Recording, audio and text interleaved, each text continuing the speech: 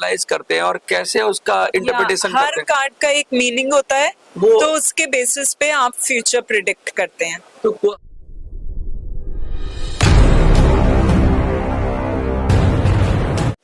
नमस्कार, आप देख रहे हैं मिनी संसद और मैं हूं मनोज सुराजी। टैरो कार्ड एक ऐसा नाम जो अब भारत का बच्चा बच्चा शायद जानता होगा, क्योंकि कहीं ना कहीं टीवी पर और किसी ना किसी तरीके से आपने टैरो कार्ड रीडर के बारे में सुना होगा या टैरो कार्ड के बारे में सुना होगा। लेकिन बहुत सारी भ्रांतियां हैं, बहुत सारे सवाल हैं, बहुत सारी जानकारियां हैं जो नहीं पता लोगों को। लोग इसे ज्योतिष कहते हैं या कुछ और कहते हैं, लेकिन ये एक आर्ट है, एक चीज है और एक ये कला है जिसके जरिए आपका भविष्य बताया जाता है। तो हम आज उसी पर बात करेंगे और हम कोशिश करेंगे जानने की। इस समय हम नक्षत्र के अंदर हैं और बहुत सारे यहाँ पर तरह तरह के लोग हैं जो अलग अलग स्टॉल्स में हैं और अपनी अपनी बात कह रहे हैं। हमारे साथ मैम है, तो पहले तो मैं परिचय जानना चाहूंगा। मैम, आपका नाम क्या है? मैं अनु नारंग हूँ and I am a tarot card reader and a numerologist. तो टैरो कार्ड की बहुत बात होती है, हम लोग ज्यादातर न्यूज चैनल्स पर भी देखते हैं। टैरो कार्ड रीडर हर जगह है। पॉलिटिकल प्रेडिक्शन में बात करें, देश की चीजों की बात करें, सबसे पहले मैं जानना चाहूंगा मैम कि आपका इंटरेस्ट इसमें कैसे आया और कहाँ से सीखा आपने? Actually, this is my passion, my hobby. So I took up tarot as a profession. अच्छा, तो आपको मतलब आपकी हॉबी थी और उसको प्रोफेशन बना। Profession, yeah. टैरो के अगर हम हिस्ट्री की या इतिहास की बात करें तो हमारी ऑफलाइन आपसे बात हो रही थी अभी, तो कहाँ से ये शुरू हुआ और कैसे ये विकसित हुआ? Tarot late 1400 में स्टार्ट हुआ था in Italy. अच्छा, एंड टैरो को फॉर्च्यून टेलिंग की तरह यूज करते हैं, जो कि फ्यूचर प्रिडिक्ट करते हैं। टैरो डेक में 78 कार्ड्स होते हैं जिनसे हम फ्यूचर प्रिडिक्ट कर सकते हैं। अच्छा, आप बता रहे 78 कार्ड्स होते हैं, लेकिन आपके पास मैं देख रहा हूँ कि कार्ड्स का समूह है, ग्रुप्स है, काफी सारे कार्ड्स हैं। तो एक बार बताएंगे कौन कौन से कार्ड्स हैं आपके पास और क्या उसकी उपयोगिता है? ये वाले कार्ड्स जो हैं आप देख सकते हैं, ये एंजल टैरो कार्ड्स हैं। अच्छा, ये एंजल गाइडेंस देते हैं। हमारे आसपास एंजल्स होते हैं जो हमें लाइफ में हेल्प करते हैं, अच्छा, तो उसी के बेसिस पे एंजल कार्ड्स बनाए गए हैं। अच्छा, और ये वाले जो डेक्स हैं ये हमारे टैरो कार्ड डेक्स हैं। अच्छा। इन टैरो कार्ड डेक से ये मेन कार्ड्स होते हैं जिनसे हम फ्यूचर प्रेडिक्ट करते हैं। और ये बीच में जो है ये भी टैरो कार्ड का डिफरेंट डेक है। इसमें पिक्चर्स डिफरेंट है। अच्छा। इसमें पिक्चर्स डिफरेंट है कार्ड की, अदरवाइज मीनिंग सेम है सारे कार्ड्स के। अच्छा, एक चीज मुझे बताइए कि टैरो कार्ड रीडर बता देता है, हमें कोई भी कार्ड उठाएगा तो उसको कैसे वो एनालाइज करते हैं और कैसे उसका इंटरप्रिटेशन हर करते हैं? कार्ड का एक मीनिंग होता है, तो उसके बेसिस पे आप फ्यूचर प्रिडिक्ट करते हैं। तो हर कोई तो जानता नहीं होगा जो एक प्रोफेशनल है जिससे आपको ये कोर्स करना पड़ता है टैरो का। अच्छा, तो उसके अकॉर्डिंग आप फिर प्रिडिक्ट कर सकते हैं करे कहाँ से कोर्स? क्या आप कराते हैं? मैं कराती हूँ, कोर्स भी कराती हूँ, रीडिंग्स भी देती हूँ। अच्छा, किस तरह के बेसिकली सवाल ज्यादा आते हैं आपके पास? और career related and relationship related, अच्छा, मेनली यही क्वेश्चंस आते हैं। यही कि भाई मेरा करियर में कुछ उतार मेरा करियर कैसा रहेगा फ्यूचर में, मेरा रिलेशनशिप इसके साथ कैसा रहेगा, मेरी शादी होगी इससे, मेरे लिए फीलिंग्स क्या है मेरे पार्टनर की, वो मेरे बारे में क्या सोचता है, हर टाइप का क्वेश्चन आता है।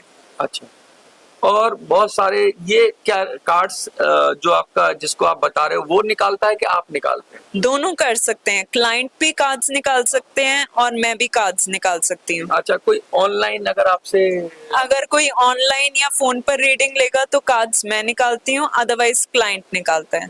तो फिर आप उसको बता देते हैं कि ऐसे ऐसे होता है। प्रिडिक्शन का क्या पीरियड होता है, कितने समय तक का आप नेचुरली करते हैं और उसका क्या महत्व है?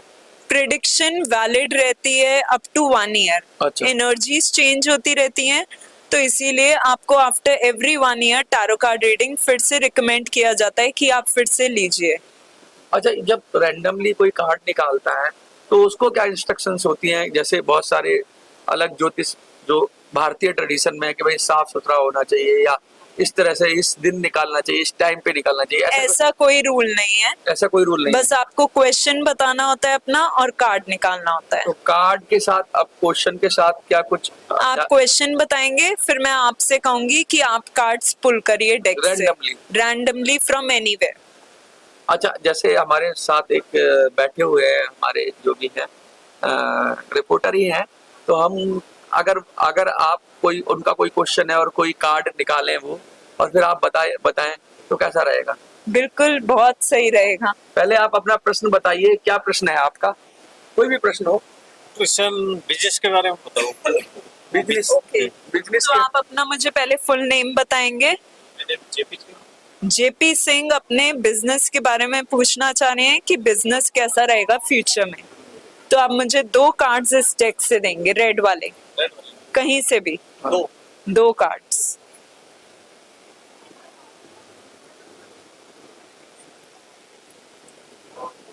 तो मुझे जो कार्ड से दिख रहे हैं, कार्ड आया है 9 of swords. 9 of swords represents worry. So JP Singh को बहुत वरी, एंजाइटी है रिगार्डिंग हिज बिजनेस। बहुत परेशान रहते हैं अपने बिजनेस को लेकर।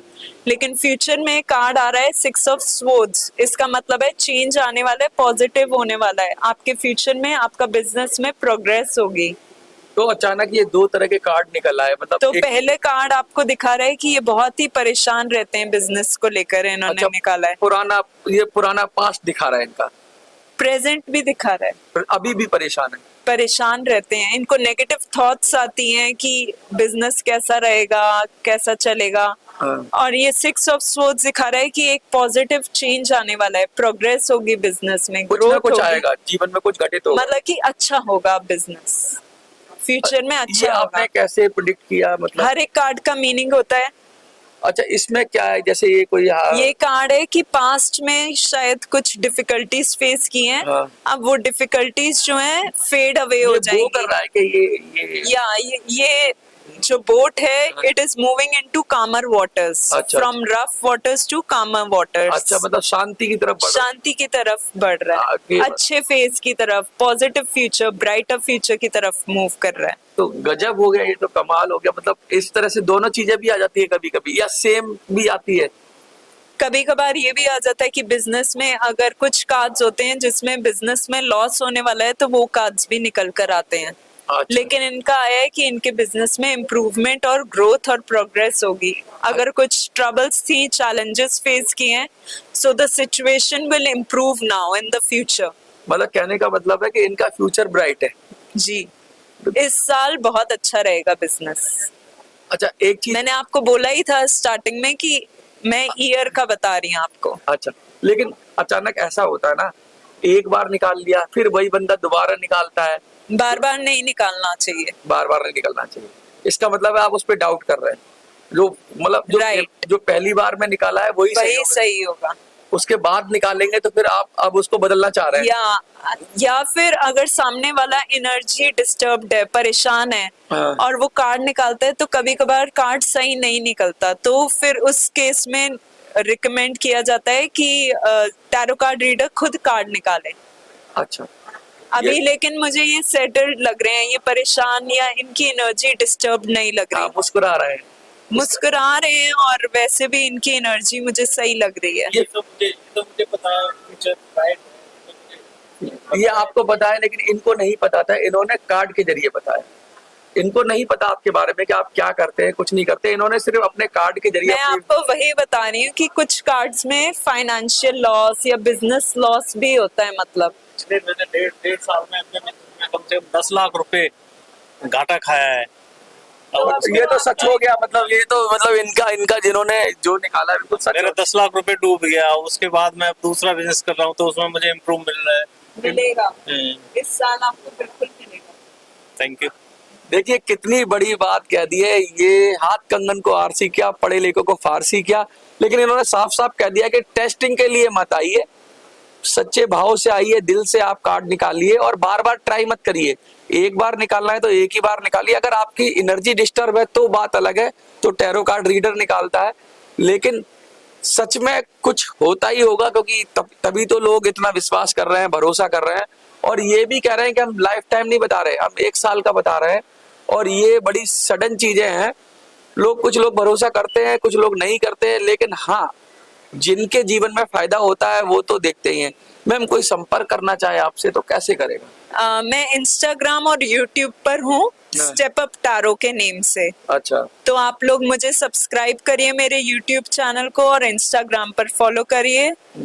मैं लिंक डाल दूंगा मैम के दोनों, आपके डिस्क्रिप्शन में। एक साल के अंदर जैसे मैं 3 महीने पे लेना चाहूँ या 4 महीने पे लेना चाहूँ तो उसका क्या प्रोसेस है? ये टैरो कार्ड 3 महीने बाद ही लेना चाहूँ, मैं 1 साल के लिए नहीं रखना चाह रहा, अपना फ्यूचर जानना चाह रहा हूँ तो तो आप ले सकते हैं, 3 महीने बाद फिर से ले सकते हैं। लेकिन एक पीरियड होना चाहिए, हाँ, मतलब टाइम गैप होना चाहिए। टाइम गैप होना चाहिए, मतलब कोई प्रोडिक्शन हो जाए उसके बाद करें। अदरवाइज जब सेम ही चीज देख रहे हैं आप 3 महीने वही। बाद, तो फिर तो वही 2 दिन बाद भी करेंगे तो वही हो जाएगा। 2 दिन बाद नहीं चेक करना चाहिए, आफ्टर 3 मंथ्स चेक करना चाहिए। ये बहुत सारी चीजें हैं। टैरो कार्ड रीडर है और कह रहे हैं इटली से चली थी ये कला और विकसित होती चली गई, और ये कार्ड बनाए हैं। ये सिर्फ पॉजिटिव एनर्जी की बात है कि आपके मन में क्या चल रहा है जब आप उसे टच करते हैं। कहते हैं ना, जो अच्छा होता है, जो खुश होता है, उसके साथ सब कुछ अच्छा घटित होता है, जो दुखी है उसके साथ वैसा ही होता है। तो कार्ड भी वही भाषा बोलते हैं कि आपके अंदर जो है वो कार्ड में उतर आता है, और कार्ड के जरिए ये उसको पढ़ लेते हैं और बता देते हैं। इतनी सी बात है, इसमें कुछ सिंपल साइंस कह सकते हो, साइंस तो लोग नहीं कहेंगे इसे, लेकिन इसको साइकोलॉजी कह सकते हैं हम, सिंपल, Yeah, कि आपने जो चीज पकड़ा है वही चीज कार्ड में आ गई।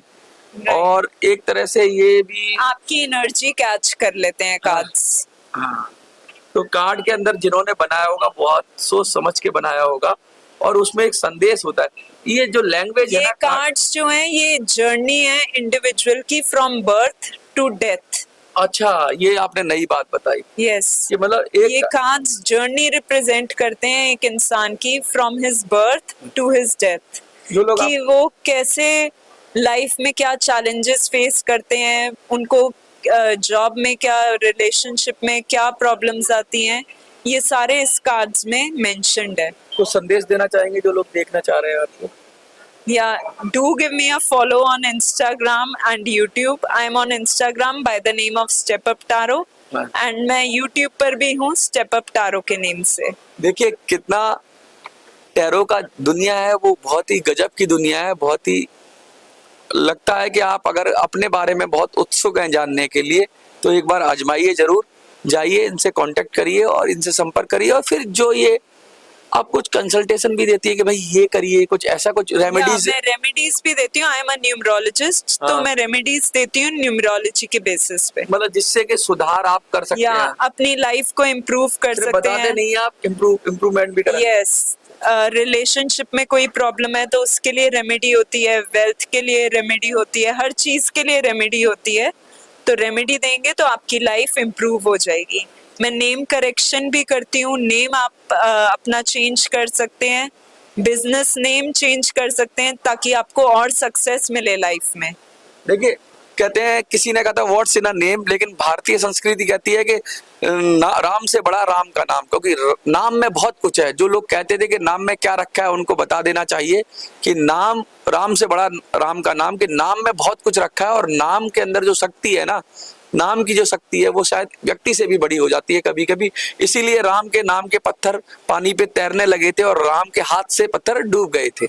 बहुत सारी बातें हैं, हम बहुत अच्छी बात करते हैं। आप बहुत अच्छी तरह से समझाया आपने टैरो कार्ड के बारे में, अच्छा लगा हमारे दर्शकों को। मुझे लगता है इन्फॉर्मेशन जो आपने दी है उससे काफी लोगों को टैरो के बारे में पता लगेगा, और वो लोग आपको फॉलो भी करेंगे इंस्टा पे और यूट्यूब पे। देखते रहिए मिनी संसद।